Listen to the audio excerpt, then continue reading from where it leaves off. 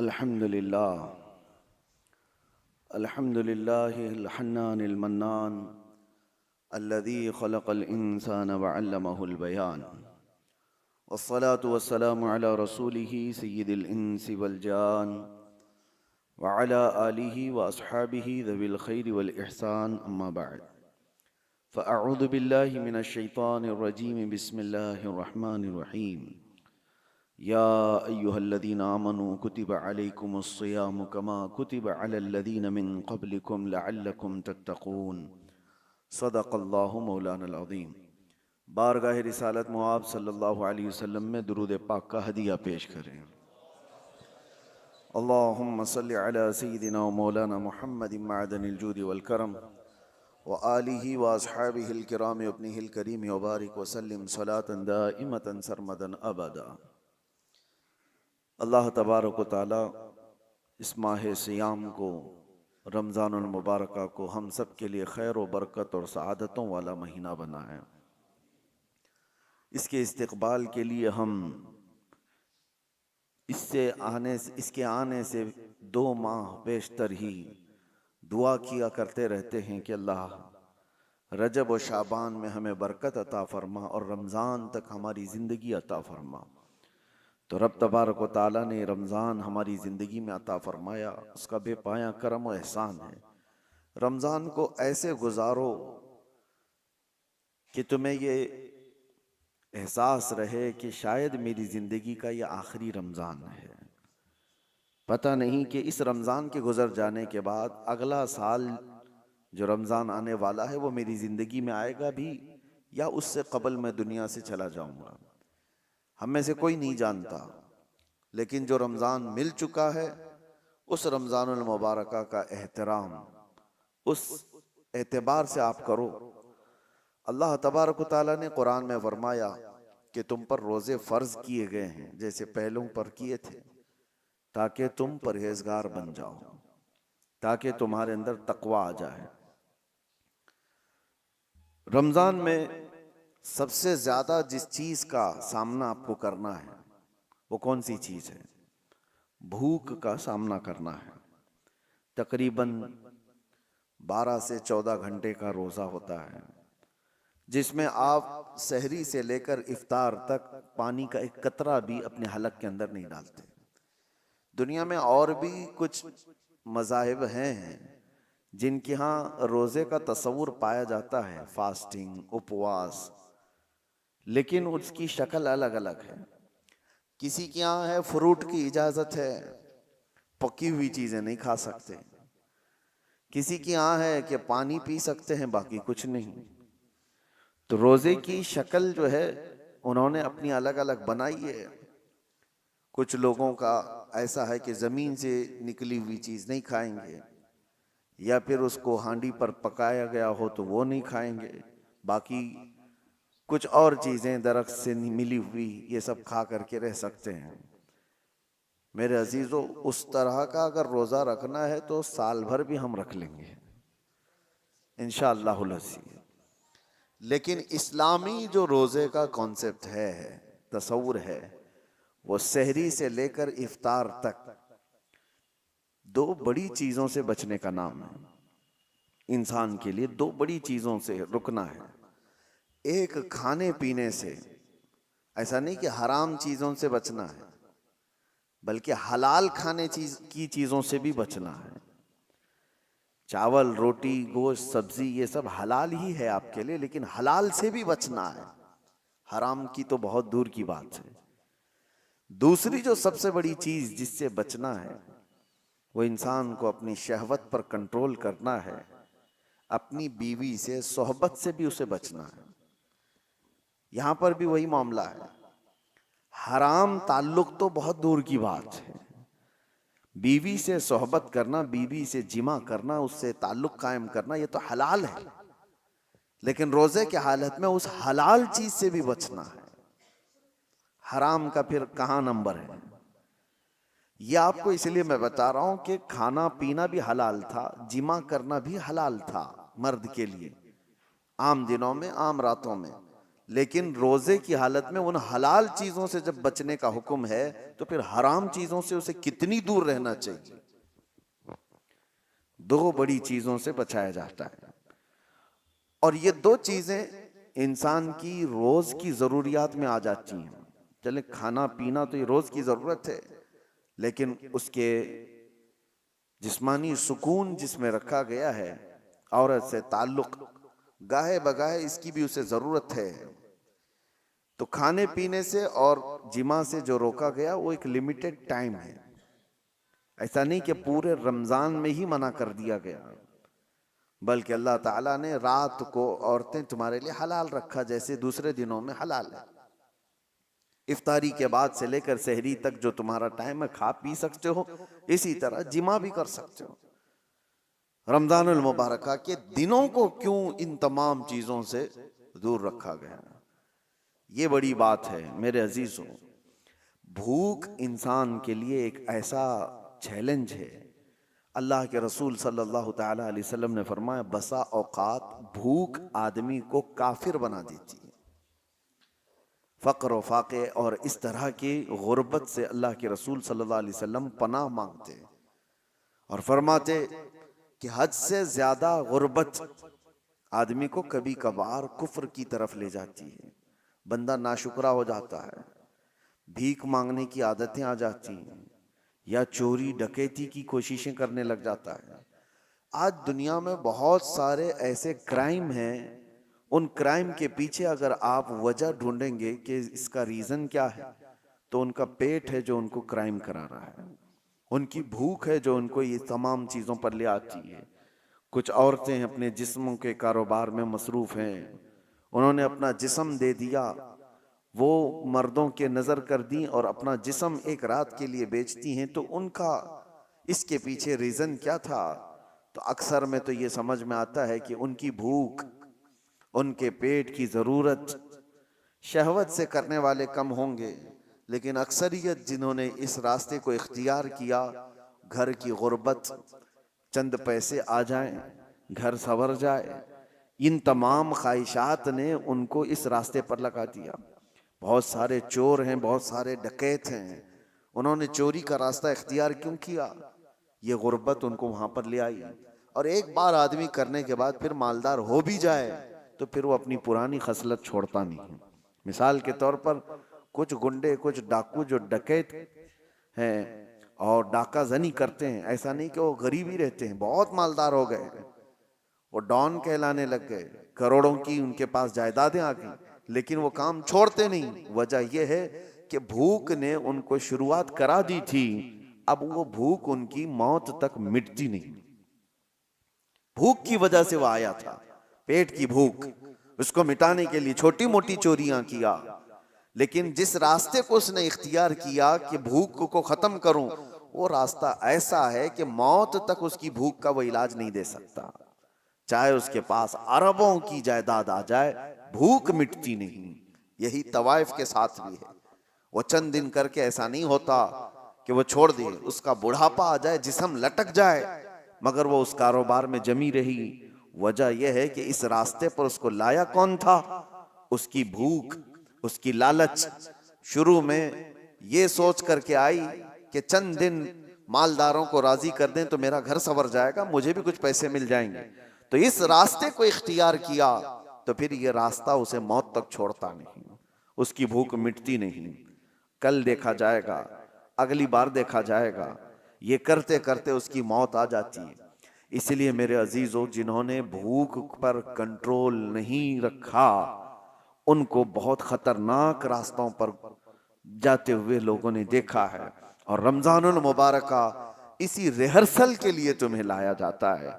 जिंदगी में कभी भूखा रहने की नौबत आ गई तो तुम एक महीना ऐसी प्रैक्टिस कर लो, इतना अल्लाह ताला की तरफ से दिया हुआ भूख को बर्दाश्त करने की ताकत पैदा करो। देखो आज रमजान में आप भी भूखे हैं, सुबह से लेकर शाम तक, एक दिन नहीं, 2 दिन नहीं, 3 दिन नहीं, 25 दिन तक, 30 दिन तक भी भूखे रहते हैं दिन में। लेकिन क्या बताओ मुझे, रमजान की ये भूख तुम्हें अय्याशियों की तरफ ले जाती है? क्या ये भूख से बेकाबू होकर तुम भी गलत रास्ते को इख्तियार कर लेते हो? हत्ता के इस रमजान में हम पहले जो छोटे मोटे गुनाह करते थे उससे भी दूर हो जाते हैं, बच जाते हैं। वजह यह है कि ये भूख अल्लाह की तरफ से दी गई है और तुम्हें सही करने के लिए, यही कुरान की आयत कहती है लअल्लकुम तत्तकून, इसलिए तुमको रोजा रखवाया जा रहा है ताकि तुम परहेजगार बन जाओ, ताकि तुम मुत्तकी बन जाओ। और आज दुनिया के पास ये इलाज नहीं है। और एक बात मैं आपको बता दूं, एक बहुत बड़ी बात तारीख की है, बड़े दानिश्वरों ने कहा किसी भी इंसान को भूखा देखकर हमें एहसास क्या होता है, उसकी भूख को मिटा दिया जाए, उसकी भूख को खत्म किया जाए, सवाब भी है। अब मिसाल के तौर पर किसी के यहाँ खाना पीना ही नहीं है, आपके अंदर एहसास जागता है उसकी मदद करनी चाहिए। ठीक है, आपने मदद किया, कुछ मालदारों ने मदद किया, लेकिन ये भूखों को खिला करके कब तक आप इसका इलाज करेंगे? उनकी भूख खत्म कब होगी? दुनिया से भूख और भीख दोनों बंद ही नहीं होती। हम उनके इलाज के लिए पैसा भी दे रहे हैं, उनकी मदद भी कर रहे हैं, उनको स्टेबल करने की कोशिश कर रहे हैं, लेकिन वो भूख खत्म क्यों नहीं होती? और कब तक हम ये करते जाएंगे? भूखों को खिलाना बहुत बड़ा सवाब है, लेकिन ये भूख का इलाज मुमकिन कब होगा?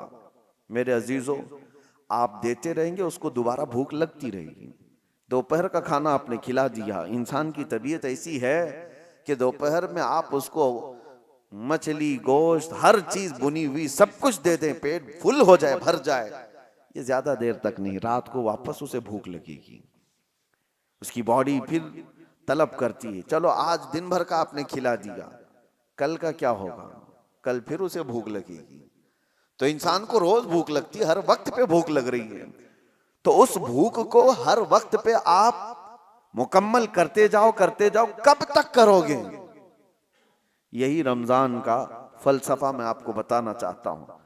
सिर्फ भूखों को खिला करके उनके पेट का इलाज कर देना, चलिए यह हमको हुक्म दिया गया, हम कर रहे हैं, लेकिन अल्लाह ने कुरान जो उतारा है वो सिर्फ मुसलमानों के लिए नहीं, पूरी कायनात के लिए।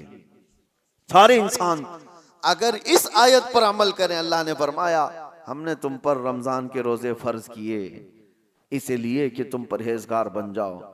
उन भूखों को अगर ये पता चल जाए कि हमें भूख का इलाज भीख मांग करके नहीं, खुद के कंट्रोलिंग से करना होगा, तो फिर देखें उनका हाथ दुनिया की तरफ नहीं आएगा। भूख बर्दाश्त करने की ताकत आ गई तो हमने तारीख में देखा है 60 साल 70 साल तक हमारे ऐसे बुजुर्गों को जिन्होंने सत्तू के जरिए से, सत्तू गेहूं का एक आटा, और उसको पानी में भिगो कर थोड़ा गुड़ डालकर इस पर गुजारा करते हुए 70 साल गुजार दिए, कभी कोई ग़िज़ा नहीं खाई। क्यों? भूख पर कंट्रोल था, भीख मांग करके नहीं। ये इस्लामी इलाज था। सारे इंसान भूखों को नहीं खिला सकते, तो क्या करें? अभी मिसाल के तौर पर मैं आपको उभारता जाऊं कि गरीबों का ख्याल करो, मिस्कीनों का ख्याल करो, करना भी चाहिए, भूखों का ख्याल करो, आपको दूसरों की भूख का एहसास हो, आप उठेंगे। लेकिन क्या दुनिया में मौजूद सारे भूखों का इलाज आप कर लेंगे? और कब तक करेंगे? नहीं कर पाएंगे। इस वजह से हुक्म यह है उन भूखों के लिए भी कि तुम भूख की वजह से गलत रास्ता इख्तियार ना कर लो, भीख मांगने ना लग जाओ। तुम भूख को कंट्रोल करने की आदत इस रोजे के जरिए से शुरू करो। रोजा तुम्हें सिखा देगा। हजरत सैयदना यहया रहमतुल्लाह ताला एक बड़े बुजुर्ग हैं, फरमाते हैं नफ्स को जितनी भी दुनिया की चीजें दी जाएं ये काबू में नहीं आ सकता, काबू में नहीं आ सकता। बड़ी सी बड़ी चीजें दे करके इसको शांत करने की कोशिश करो, नहीं आएगा काबू में। कहा कैसे आएगा? कहा सिर्फ और सिर्फ भूख के जरिए से तुम्हारे काबू में आएगा। भूखा रखो नफ्स को। एक जवान आए हुजूर की बारगाह में, कहा या रसूल अल्लाह सल्लल्लाहु अलैहि वसल्लम, शादी की उम्र हो गई लेकिन करने की ताकत नहीं, इस्तिताअत नहीं, जराया नहीं, असबाब नहीं है, क्या करूं? अल्लाह के नबी सल्लल्लाहु अलैहि वसल्लम ने फरमाया जब तक शादी ना हो जाए रोजा रखो। अपनी शहवत को कंट्रोल में रखने के लिए हुजूर ने क्या फरमाया? रोजा रखो। तुम रोजे के जरिए से अपने नफ्स को काबू में रख सकते हो। नौजवानों को आज भड़कता हुआ जो नफ्स है गुनाहों की तरफ उभारता है, जितना ये खाते जाएंगे उतनी शहवत बढ़ती चली जाती है। इसीलिए कहा गया रोजा एक ढाल है और रोजा एक ऐसी दवा है जो इंसान के नफ्स को जो भड़कता हुआ बेकाबू होता है उसको काबू में ले आता है। इसीलिए मैं आपको बताऊं, अल्लाह के नबी सल्लल्लाहु ताला अलैहि वसल्लम ने दो चीजों का हुक्म दिया। एक तो मिस्कीनों और गरीबों को खिलाने पिलाने का हुक्म तो है ही इस्लाम में, खैरात करो उनको दो। लेकिन दूसरा हुक्म सहाबा को भूखा रख करके उनको कंट्रोल करना सिखाया है। एक सहाबी हजरत अबू हुरैरा रदी अल्लाह ताला फरमाते हैं कि एक दिन मुझे शिद्दत की भूख लगी। मैं घर से निकला कि रसूल पाक सल्लल्लाहु ताला अलैहि वसल्लम के बारगाह में जाकर के अर्ज करूं कि आका खाने के लिए भूख बहुत ज्यादा लगी है। तो मैं जैसे ही बाहर आया तो हुजूर अपने हुजरे से निकल रहे थे। तवज्जो से सुने, हजरत अबू हुरैरा अर्ज करते हैं पेट दिखा करके, या रसूल अल्लाह सल्लल्लाहु अलैहि वसल्लम अलजो, भूख भूख। नबी पाक सल्लल्लाहु ताला अलैहि वसल्लम ने मुस्कुराया और अपना जुब्बा उठाकर दिखाया, दो बड़े पत्थर हुजूर के पेट पे बंधे हुए थे। हजरत अबू हुरैरा कहते हैं कि अल्लाह के नबी सल्लल्लाहु ताला अलैहि वसल्लम मुझसे ज्यादा भूख को बर्दाश्त कर रहे हैं।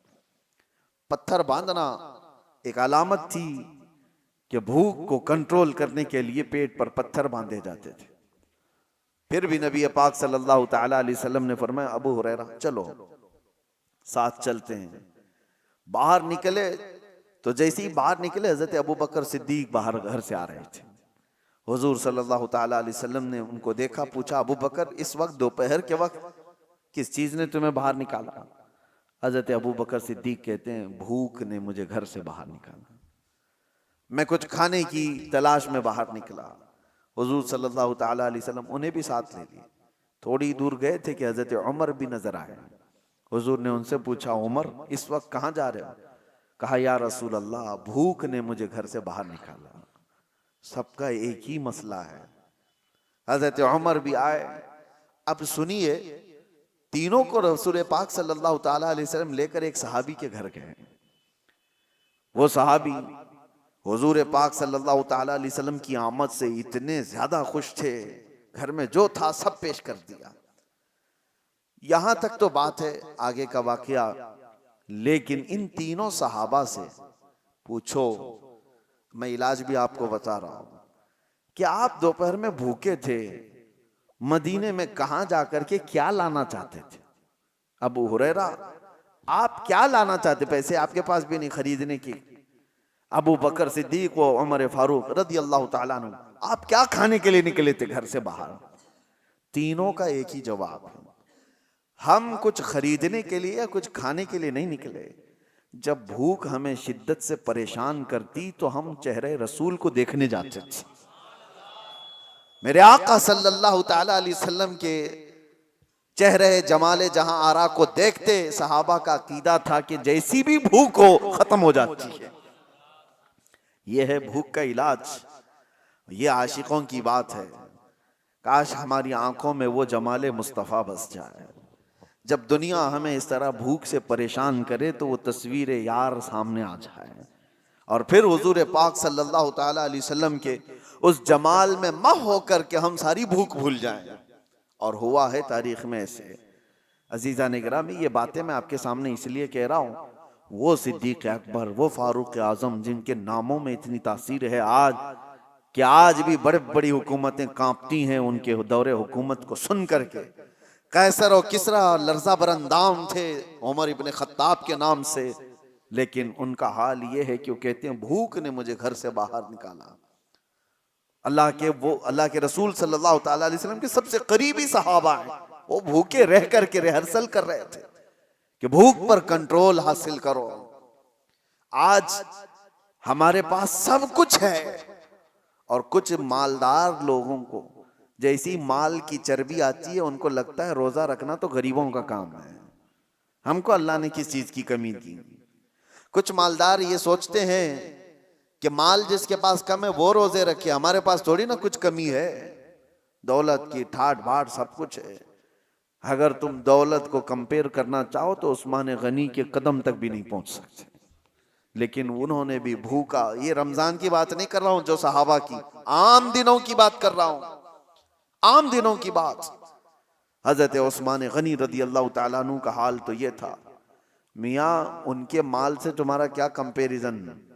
एक जंग में, जंग तबूक के मौके पर उन्होंने जो सदका दिया था, खैरात किया था, जानते हो आज के जमाने में उस खैरात की वैल्यूएशन कर ली जाए ना, 116 करोड़ रुपए बनते हैं आज के।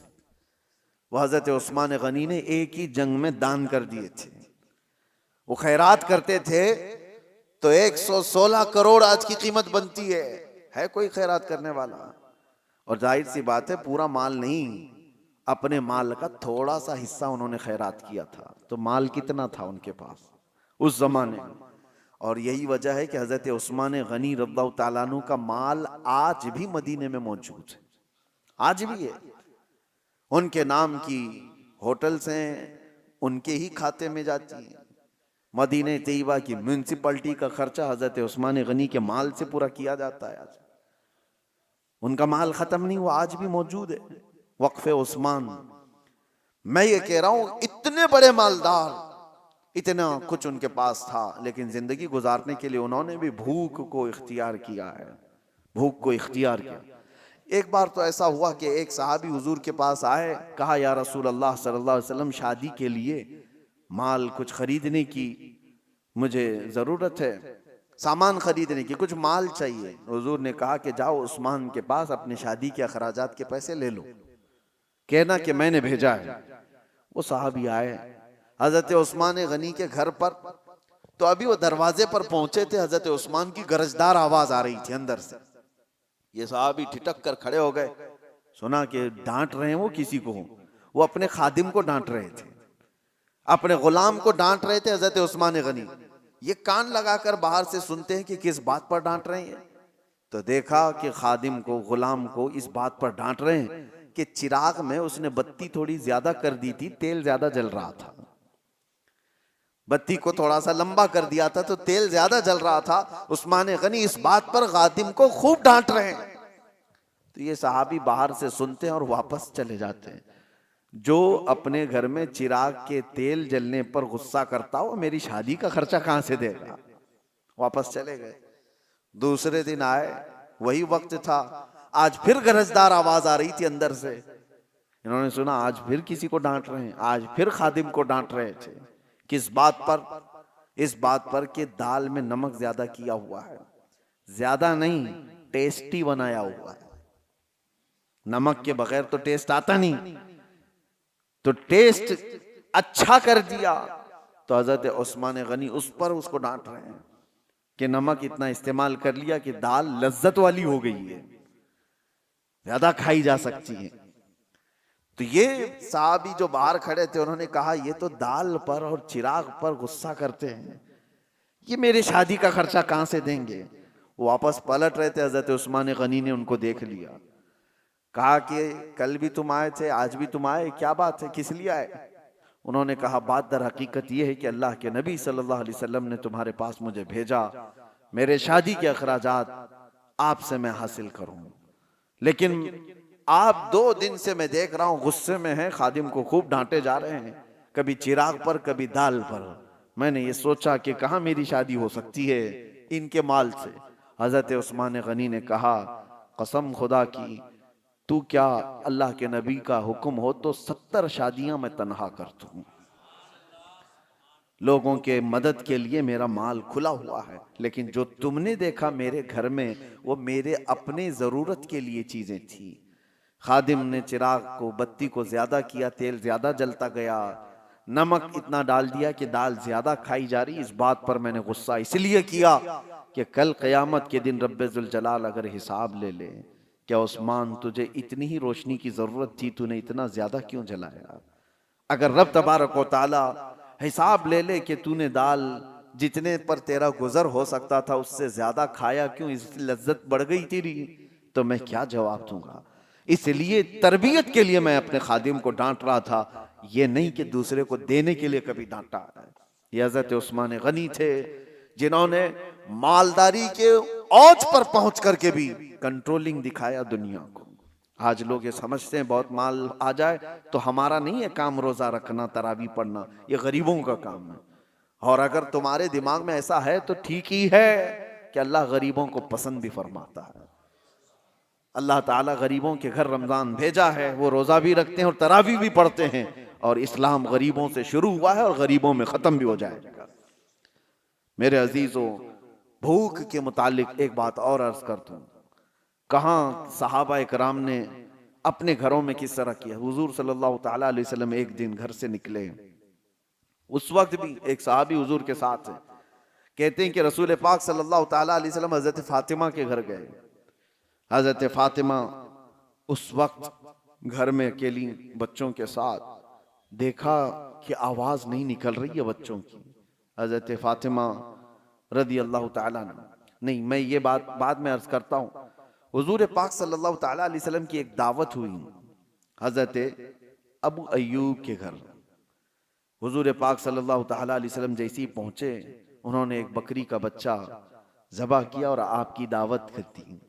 सहाबा जो साथ में थे, 2 सहाबा, हुजूर सल्लल्लाहु ताला अलैहि वसल्लम खाने के लिए बैठे तो हजरत अबू हुरैरा कहते हैं खाने की खुशबू इतनी थी कि जल्दी से जल्दी लपकने का दिल कर रहा था, हाथ लगा दूं। जाहिर सी बात है, जो बंदा 3 दिन से भूखा है वो खाने के दस्तरखान पर हाथ रखना ही चाह रहे थे। रसूल पाक सल्लल्लाहु ताला अलैहि वसल्लम ने कहा घर वालों से कि एक कटोरी और हो तो दे दो। सालन दस्तरखान पर रखा है, एक खाली कटोरी मंगवाई और उसमें सालन आधा किया, और उसके बाद जो बात कहते हैं मेरे आका, अल्लाहु अकबर। एक सहाबी हजरत अबू हुरैरा वो कहते हैं कि हुजूर ने ये दिया और कहा जाओ फातिमा के घर देकर के आओ, पिछले 8 दिन से उनके यहाँ फाका चल रहा है। 8 दिन हो गए हैं उनके यहाँ फाका चल रहा है, उनके बच्चे और उनका। ये किस घराने की बात कर रहा हूं? क्या वो घराना मोहताज था? वो घराना कोई मोहताज घराना है? पूरी दुनिया जिनके नाम का सदका खा रही है आज। और अगर वो चाह लें, अल्लाह की बारगाह में ख्वाहिश भी करें, रोजाना जन्नत से जिब्राइल उनके लिए खाना ले आए। लेकिन वो घराना ऐसा था, भूख पर कंट्रोल करना सिखाया गया, भूख पर कंट्रोल करना सिखाया गया। यही तो बात है कि हसनैन करीमैन की शुजाअत को पूरी दुनिया मानती है कि इमाम हुसैन को करबला में 3 दिन भूखा और प्यासा रखकर झुकाने की कोशिश की गई थी। उनके बच्चों को, उनके खानदान को पानी बंद किया गया, खाना बंद किया गया। क्या झुका इमाम हुसैन का सर? पूरी दुनिया ने देखा। यजीद के सामने झुकना तो दूर की बात है, हाथ भी आगे बढ़ाने को तैयार नहीं हुए। वजह क्या थी? तुम आज भूख से हुसैन को आजमा रहे हो, इनकी मां तो बचपन में भूख की तरबियत दे चुकी थी। बचपन में इनको भूख की तरबियत दी गई है, भूखा रहने की आदत दी गई है। अरे रोजे इनके घर के हैं, यहां पर फाका इनके घर का है। यही तो बात है कि आज अपने बच्चों को अगर आप भूख को बर्दाश्त करने की तरबियत दे दो, इंशाअल्लाह मेरा ये कहना है कि कभी तुम्हारा बच्चा हराम रोजी की तरफ नहीं जाएगा। वो कभी ऐसा नहीं होगा कि अपने लज्जतों के लिए कुछ भी खा लेगा। हमारे घर में रोज खाना बनता है, ठीक है, कभी कभार ना बनाओ।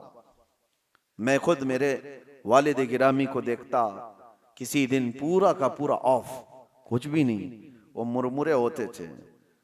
हमारी माँ से कहा जाता बच्चों को आज यही खिलाओ। हर दिन लज्जत वाली चीजें खाने की जो बच्चों को आदत हो जाती है, माँ आज बिरयानी, माँ रात को सालन, माँ आज ये चाहिए, माँ वो चाहिए। बच्चों की ख्वाहिशात पर तो हम उतावले रहते हैं, बेटा क्या चाहिए अभी। और अब तो जमाना पिज्जे बर्गर का आ गया, इधर ख्वाहिश किया कि उधर घर में आ गई चीजें। तो बच्चों को इस कदर हम लज्जतों के साथ हावी कर चुके हैं उनके खानों की ख्वाहिशात को कि वो अब बच नहीं पाते।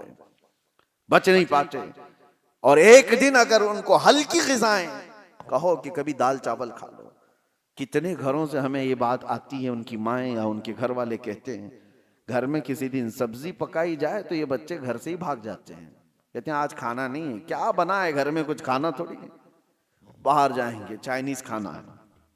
कोई दिन ऐसा आता है, कोई दिन ऐसा आता है कि रोज लज्जत वाली चीजें खा रहे हैं, आज दाल चख लेंगे। कोई दिन ऐसा आता है कि आज अपने नफ्स को मारने के लिए करेला चख लेंगे, जो ख्वाहिश होती ही नहीं जिसकी खाने की, चख लेंगे। मेरे अजीजों, ये भूख को अगर तुमने कंट्रोल नहीं किया तो ये ऐसा घोड़ा है जो कहीं रुकता नहीं। नफसानी ख्वाहिशात, इसको वो लगाम देना पड़ता है। हजरत सैयदना ईसा अलैहिस्सलाम नमाज में खड़े थे, कमजोरी थी, तो कहते हैं कि शैतान उनके पास आया और नफ्स के रास्ते से उनसे कहा, आप बड़े कमजोर हैं, थोड़ा खा लेंगे तो इबादत में खड़े हो जाएंगे। आप नसीहत कर रहा है, इबादत आपकी अच्छी हो जाएगी, आप थोड़ा खा लेंगे, कुछ खाना पानी पेश कर लो। सैयदना ईसा अलैहिस्सलाम जलाल में और कहा, यकीनन भूख तो लगी है, प्यास तो लगी है, लेकिन तुझ जैसा शैतान और ये कहे कि खा ले इबादत में ताकत आ जाएगी, ये समझ से बाहर है, समझ से बाहर है। हजरत ईसा अलैहिस्सलाम ने उसी वक्त कहा, मैं मर जाऊंगा लेकिन तेरी पेशकश को कबूल नहीं करूंगा, तेरी तरफ से जो भूख मिटाने की बात की जा रही है। और उसी वक्त ईसा अलैहिस्सलाम ने यह फरमाया कि मुझे पता है कि शैतान अगर सबसे ज्यादा बिलकता है, तड़पता है तो इंसान की भूख से, कि ये भूखा रहेगा तो मेरा वार इस पर नहीं हो पाएगा। शैतान को इस बात का हमेशा डर है कि जो बंदा भूखा और प्यासा रह जाए और उसको बर्दाश्त हो जाए तो शैतान कहता है कि इस पर तो मेरा वार हो नहीं पाएगा, मुश्किल हो जाएगा, इसको खिलाओ, इसको पिलाओ। रोजा छोड़ने की जितने लोगों के दिलों के अंदर ये ख्वाहिशात आती हैं, वो नफ्स उनका रोजे से दूर करता है। वो शैतान का जासूस कहा गया है नफ्स को, जो छोड़ करके गया है। रमजान में शैतान तो नहीं, लेकिन शैतान का जासूस हमारे साथ है, वो नफ्स है। हमें किन किन चीजों की ख्वाहिशात है, ये नफ्स उसे खबर देता है शैतान, और उसी रास्ते से वो हम पर हमला करता है। नफ्स तो हमारे सबके साथ है। ये तुम्हें अंदर से कहेगा कि भूखे रहने से कमजोरी आ जाएगी, फला हो जाएगा, ये हो जाएगा, और खाओ, पेट को भरते जाओ, और नफ्स जब मोटा हो जाए शैतान इस पर हावी हो जाए। इसलिए मेरे अजीजों, और बहुत सारी मिसालें ऐसी हैं कि भूख ने इंसान को काबू में करने की आदत अगर किसी इंसान के अंदर आ गई तो वो वक्त का वली बन जाएगा। अल्लाह के औलिया इकराम की पूरी तारीख आप देखो, उनके यहाँ जो तरबियत दी जाती है, सबसे पहले भूखा रहने की तरबियत दी जाती है, भूखा रहने। इसलिए मुझे एक बात याद आती है, मारहरा मुतहरा में हजरत सैयद आले रसूल अहमदी मारहरवी रदी अल्लाह ताला, आला हजरत के पीरो मुर्शिद हैं। वो बड़े सादात का खानदान, हुजूर सैयद आले रसूल अहमदी मारहरवी खातिमुल अकाबिर रहमतुल्लाह ताला अलैह, आपकी बारगाह में एक मौलाना साहब आए और उन्होंने कहा कि हुजूर आप यहाँ खिलाफत मुझे लेनी है। लोग खिलाफत के चक्कर में भागते रहते हैं, आज तो आम है, कहीं से भी मिल जाएगी चलते फिरते, लेकिन वो औलिया कामिलीन, उनके यहाँ मौलाना साहब ने कहा कि हुजूर आपसे बैत हूँ, खिलाफत चाहिए।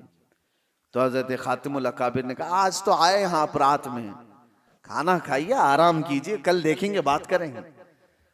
तो खादिम से कह करके उनको मछली मंगवाई, और रूहू मछली और या कोई और एक खास किस्म की मछली, भुनी हुई मछली इनको खूब खिलाने के लिए हुक्म दिया।